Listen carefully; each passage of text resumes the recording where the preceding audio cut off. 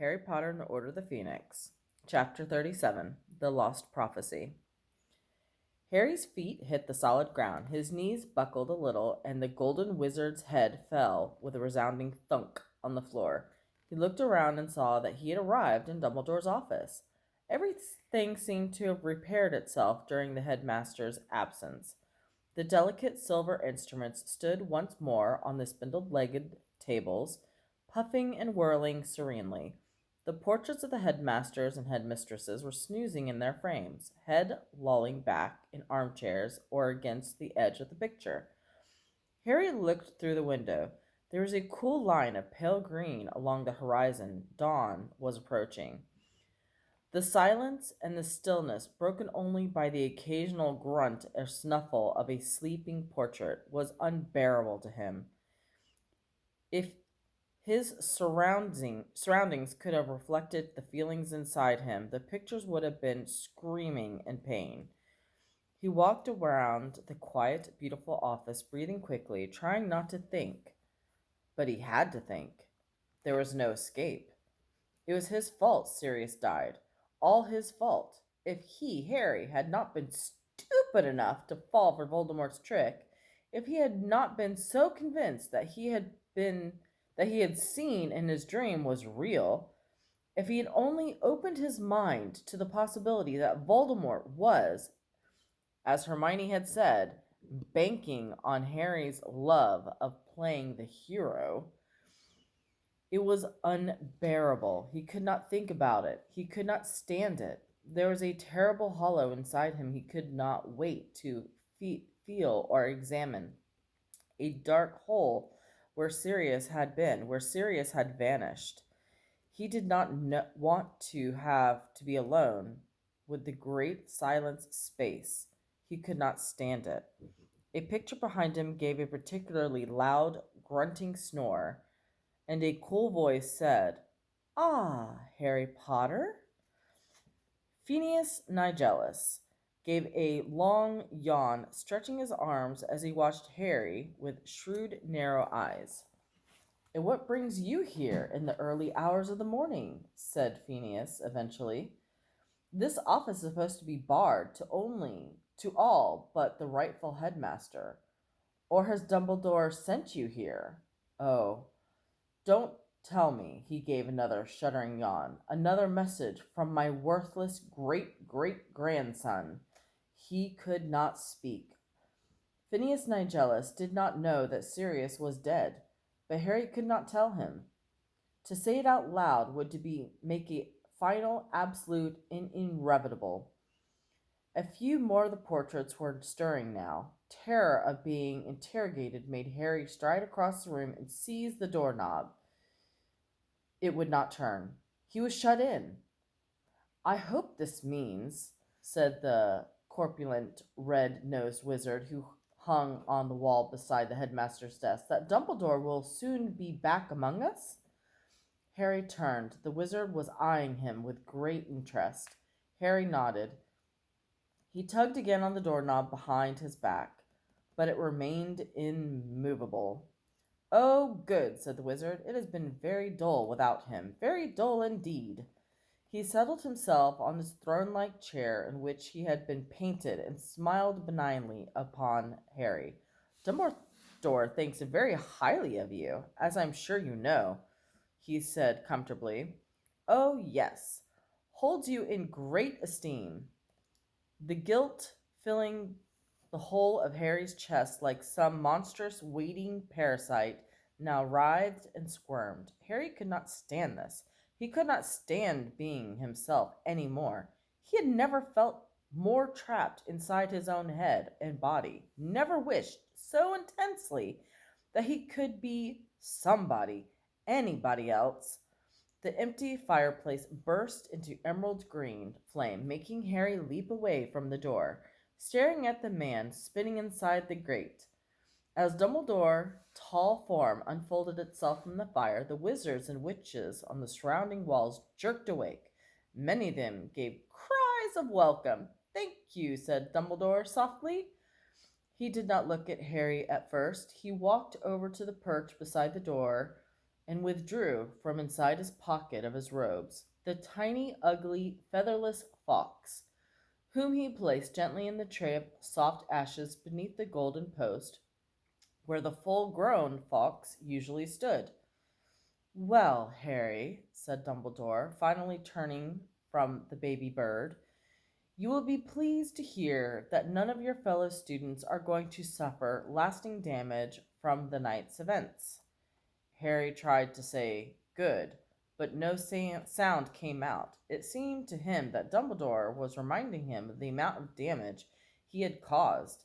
And although Dumbledore was, for once, looking at him directly, and although his expression was kindly rather than accusatory, Harry could not bear to meet his eyes.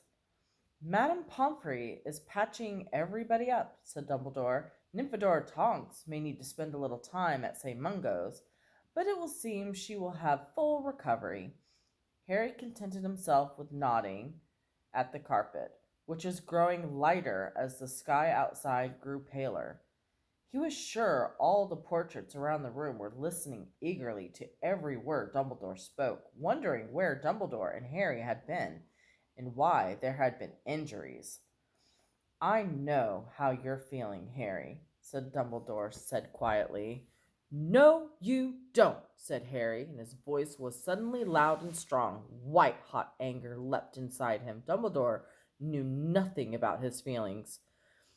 You see, Dumbledore, said Phineas Nigellus, never try to understand the students. They hate it. They'd rather be tragically misunderstood, wallow in self pity, stew in their own. That's enough, Phineas, said Dumbledore. Harry turned his back on Dumbledore and stared determinedly out the window. He could see the Quidditch stadium in the distance.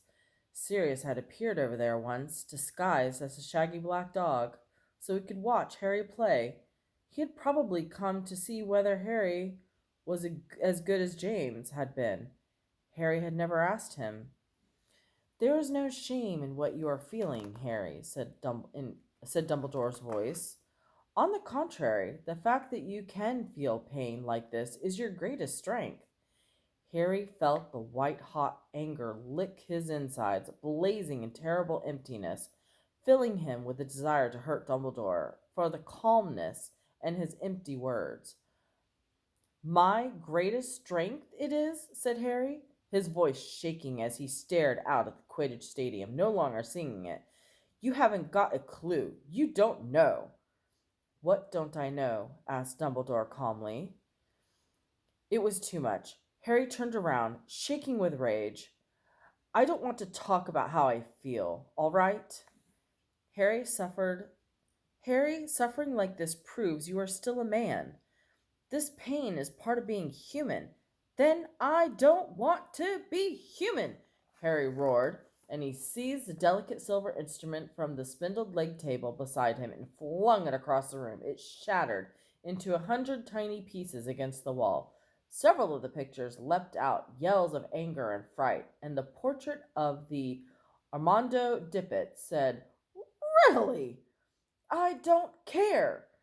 Harry yelled at them, snatching up the lunoscope and throwing it into the fireplace. I've had enough.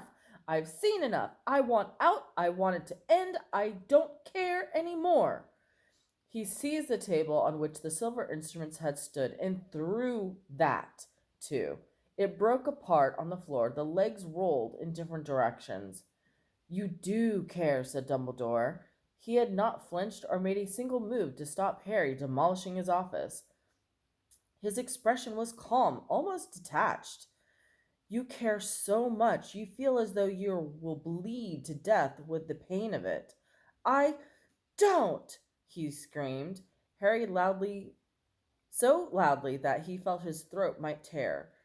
And for a second he wanted to rush to Dumbledore and break him too, shatter that calm old face, shake him, hurt him, make him feel some tiny part of the horror inside himself. Oh, yes, you do, said Dumbledore, still more calmly. You have now lost your mother, your father, and the closest thing to a parent you have ever known. Of course you care. You don't know how I feel, Harry roared. You! Standing there! You! But words were no longer enough. Smashing things were no more help. He wanted to run. He wanted to keep running and never look back. He wanted to be somewhere he could not see the clear blue eyes staring at him, that hatefully calm face. He ran to the door, seized the doorknob again, and wrenched at it. But the door would not open. Harry turned back to Dumbledore. "Let me out," he said. He was shaking from head to foot. "No," said Dumbledore simply. For a few seconds they stared at each other. "Let me out," Harry said again. "No," said Dumbledore repeated.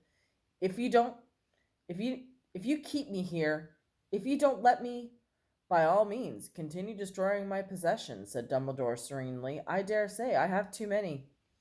He walked around his desk, sat down behind it, watched Harry. "Let me out," Harry said yet again, in a voice that was cold and almost calm as Dumbledore's.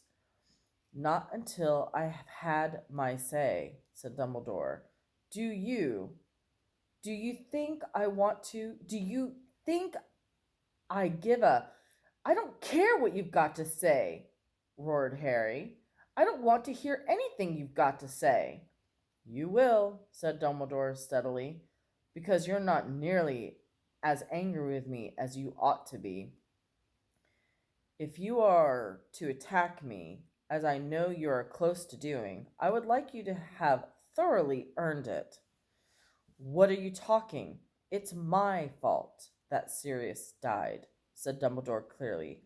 "Or should I say, almost entirely my fault. I will not be so arrogant as to claim responsibility for the whole. Sirius was brave, clever, an energetic man.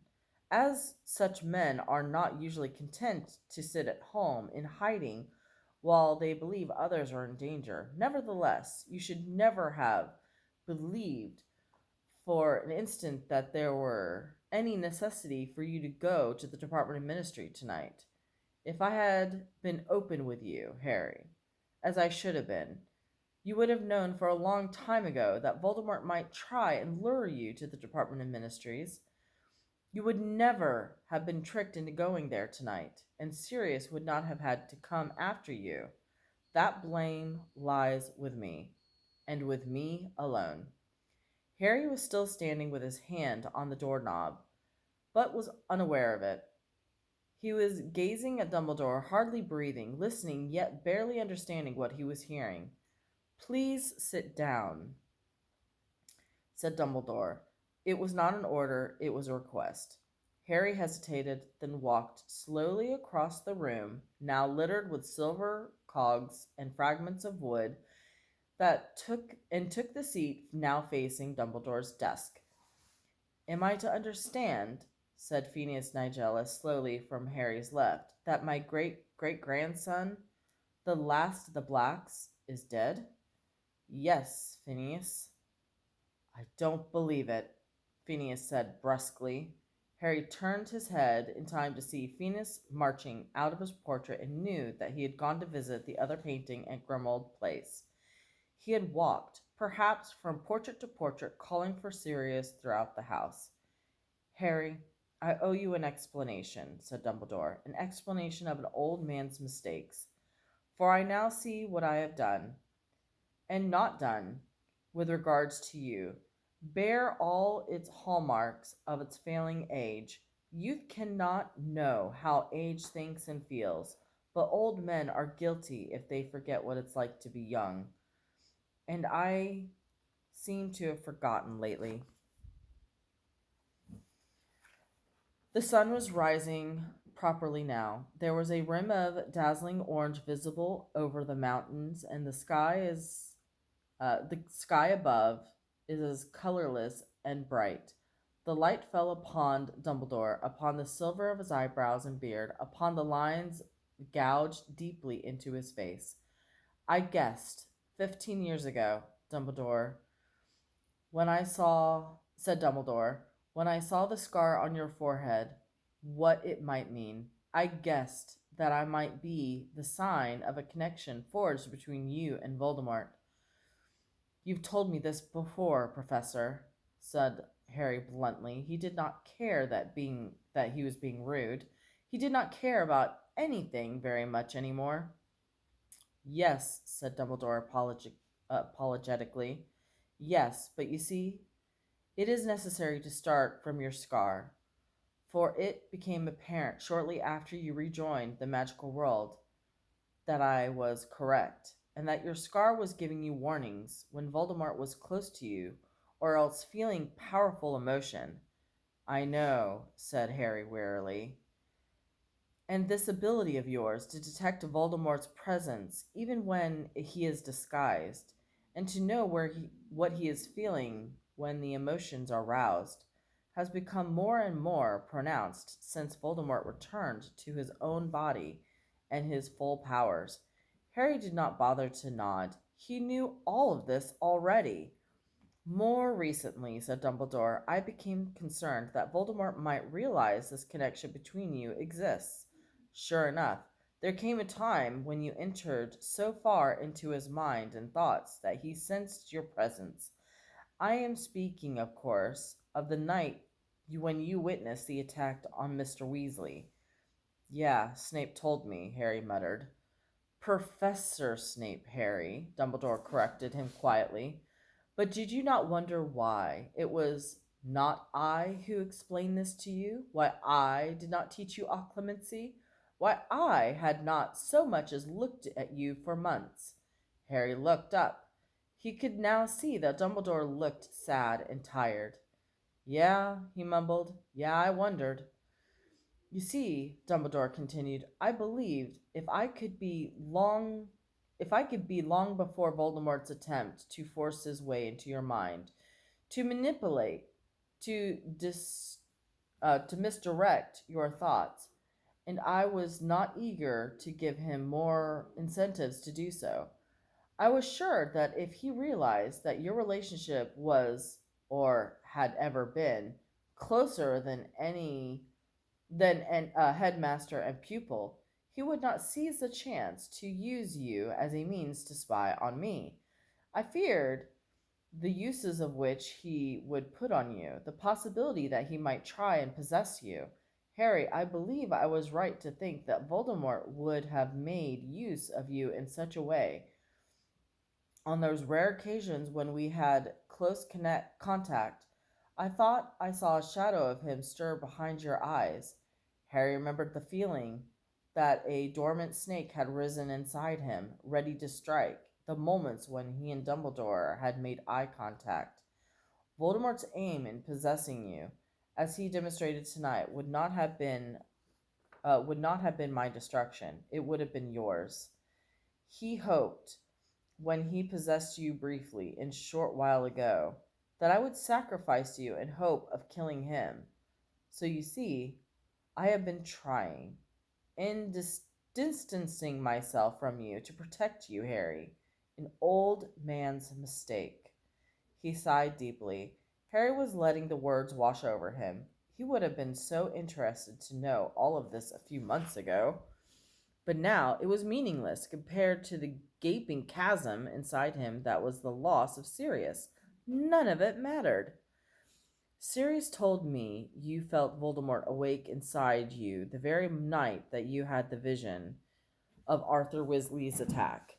I knew at once that my worst fears were correct. Voldemort had realized he could use you.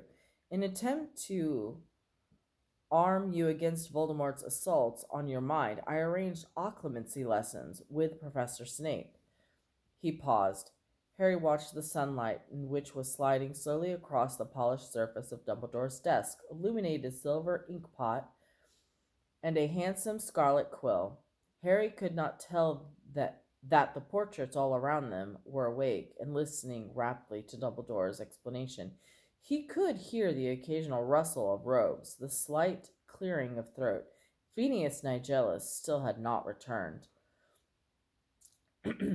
Professor Snape discovered, Dumbledore resumed, that you had been dreaming about the door to the Department of Ministries for months. Voldemort, of course, had been obsessed with the possibility of hearing the prophecy ever since he regained his body, and as he dwelled on the door, so did you, though you did not know what it meant. And then you saw Rockwood, who worked in the Department of Ministries before his arrest, telling Voldemort what he had known all along, that the prophecies held in the Ministry of Magic are heavily protected. Only the people whom which they refer can lift them from the shelves without suffering madness. In this case, either Voldemort himself would have to enter the Ministry of Magic and risk revealing himself at last, or else you would have to take it for him. It became a matter of greater urgency that you should master occlumency. But I didn't, muttered Harry. He said it out loud to try and ease the dead weight of guilt inside him. A confession must surely relieve some of the terrible pressure squeezing his heart. I didn't practice. I didn't bother. I couldn't I couldn't have stopped myself from having those dreams. Hermione kept telling me to do it. If I had if he'd never had been able to show me where to go, and Sirius wouldn't Sirius wouldn't Something was erupting inside Harry's head, a need to justify himself, to explain. I tried to check he'd really taken Sirius. I went to Umbridge's office. I spoke to Creature in the fire, and he said Sirius wasn't there. He said he'd gone. Creature lied, Dumbledore said calmly. You are not his master. He could lie to you without even needing to punish himself. Creature intended you to go to the Ministry of Magic. He he sent me on purpose? Oh yes, Creature, I'm afraid, has been serving more than one master for months. How? Said blankly. He hasn't been out of Grimmauld Place for years. Creature seized the opportunity shortly before Christmas, said Dumbledore, when Sirius apparently shouted to him to get out. He took Sirius at his word and interpreted this as an order to leave the house. He went to the only black family member from whom he had any respect left, Black's cousin Narcissa, sister of Bellatrix and wife to Lucius Malfoy. How do you know all this? Harry said. His heart was beating very fast. He felt sick. He remembered worrying about Creature's odd absence over Christmas, remembered him turning up again in the attic. Creature told me last night, said Dumbledore. You see, when you gave Professor Snape a cryptic warning, he realized you had a vision of Sirius trapped in the bowels of the Department of Ministry. He, like you, attempted to contact Sirius at once. I should have explained that members of the Order of the Phoenix have been reliable methods of communicating than the fire of Dolores Umbridge's office. Professor Snape found that Sirius was alive and safe in Grimmauld Place. When, however, you did not return from your trip into the forest with Dolores Umbridge, Professor Snape grew worried, and you still believed Sirius to be captive of Lord Voldemort. He alerted certain Order members at once. Dumbledore heaved a great sigh and continued, Aleister Moody, Nymphadora Tonks, Kingsley Shacklebolt, and Remus Lupin were at headquarters when he made contact. He agreed to go to your aid at once. Professor Snape requested that Sirius remain behind, as he needed somebody to remain at headquarters to tell me what happened, for I was due there at any moment. In the meantime, he, Professor Snape, intended to search the forest for you. But Sirius did not wish to remain behind while the others went to search for you. He delegated to Creature the task of telling me what had happened. And so when I was and so when I was that hold on. And so it was that I arrived at Grimmauld Place shortly after they had left for the ministry. And it was the elf who told me, laughing fit to burst, where Sirius had gone. He was laughing? Said Harry in a hollow voice. Oh, yes, said Dumbledore. You see, Creature was not able to betray us totally. He is not secret keeper for the Order. He could not give the Malfoys our whereabouts or tell them any of the Order's confidential plans that he had forbidden to reveal. He was bound by the enchantments of his kind, which is to say that he could not disobey a direct order from his master, Sirius, but he gave Narcissa information of a sort that is very valuable to Voldemort, yet must have seemed much too trivial for Sirius to think of banning him from repeating it. Like what? Like the fact that the person Sirius cared most about in this world was you, said Dumbledore quietly. Like the fact that you were coming in to regard Sirius as a mixture of father and brother. Voldemort already, Voldemort knew already, of course, that Sirius was in the Order and that you knew where he was. But Creature's information made him realize that the one person for whom he would go to any lengths to rescue was Sirius Black. Harry's lips were cold and numb.